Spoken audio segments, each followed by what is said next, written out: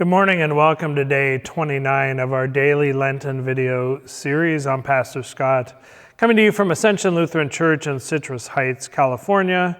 And we are continuing our look at, or kind of spending time reflecting upon God's story, our story, and we're making our way through Mark's Gospel.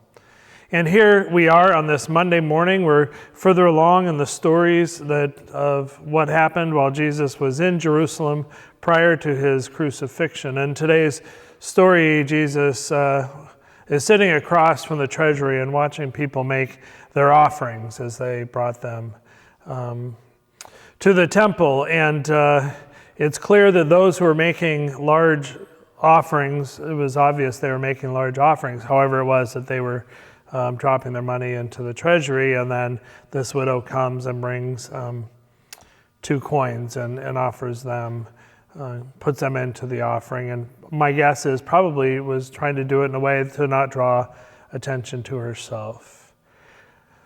Churches occasionally will do what they call a noisy offering. I don't know that we've used that term here so much, but we have done what this noisy offering is referred to, which is like a retiring offering at the end of a worship service, inviting folks to give a second offering, not the offering that they gave during worship, but to support a specific mission or need or so forth. Here we've done it in the past on Super Bowl Sunday, and those dollars have gone to a local food ministry to help those in need, and we collected in soup pots.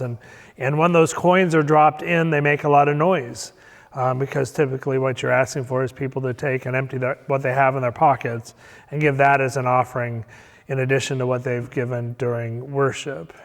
And those coins do make a lot of noise as they clang into those soup pots, and they call that a noisy offering. Thankfully, we often get quieter paper money in those offerings as well. So it's interesting to me. I look at our offering plates here, and they actually have a felt thing at the bottom that helps make all of it not be noisy, right? But the offering that probably should have or would have drawn the most attention would have been the widow's offering, if it was being collected in anything metal, right? Coins going in there, it would have been obvious. It would have been harder for her to hide.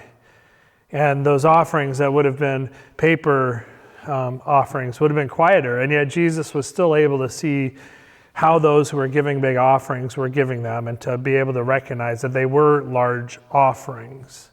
I think this observation, this story really goes to the heart, right? The widow gives all that she has. It isn't much, relatively, right, compared to the other offerings that were given, but she gave all that she had. She was very generous with what she gave because she had so little and gave such a high percentage of what she had, while those who had a lot gave a lot, but may not have been in the same high percentage. And she was ashamed, seemingly, of what she gave, and they were proud of what they gave. And I think, unfortunately, we see that when people who give large dollar amounts out of their wealth want their names on a building or engraved in a stone or whatever it is to acknowledge it, when their gift actually isn't as great as a gift of somebody who is much poorer, who gave a much larger percentage out of their more limited resources.